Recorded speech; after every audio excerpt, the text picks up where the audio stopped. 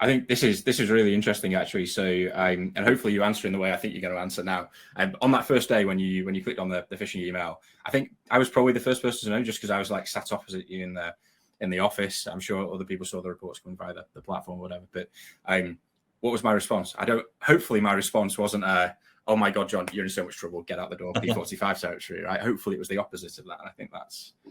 No, I'll let you comment on that. No, it absolutely wasn't. And again, I knew that this would be your response, because I know the culture that we're trying to build in our organization is that very positive one. No, your response was, oh, that's interesting. Why? Mm-hmm. Yeah. And not as in, why are you not good at your job? But can you explain to me why this happened? Because then we can learn something from it. And hence why this webinar is one of the outputs of that. And I've done internal talks as well to talk about, why do people make mistakes? In fact, I got one on Friday. Why do people make mistakes?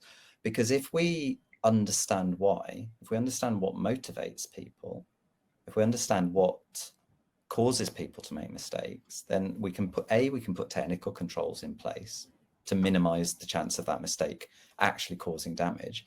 But B, we can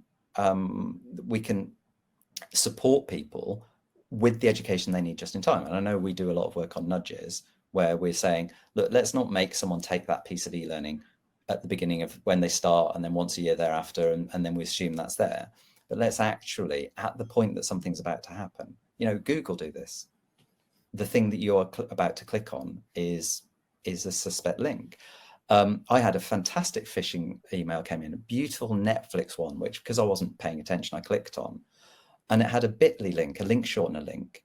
And bit.ly, because they are already in between that conversation, put up something which said, we've had several reports that this link is a phishing link. Are you sure you want to continue? And that's all you need, right? It's just that moment, that nudge, whatever you want to call it, that says, hey, the thing that you're about to do, or the thing that you are in the middle of doing, is more risky than normal. Are you sure you want to carry on?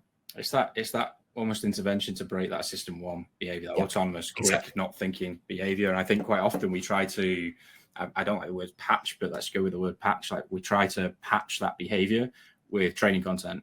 And that's a really, really inefficient way to preemptively try and patch system one behavior. It doesn't work. System one behavior doesn't work like the human brain. Doesn't work like that, right? So that's why things like nudges and those actual technical interventions at the point of risk are super, super, super important. And I think that's why we're hearing that as kind of a buzzword throughout the industry now. When people talk about interventions and nudges, like, this is why.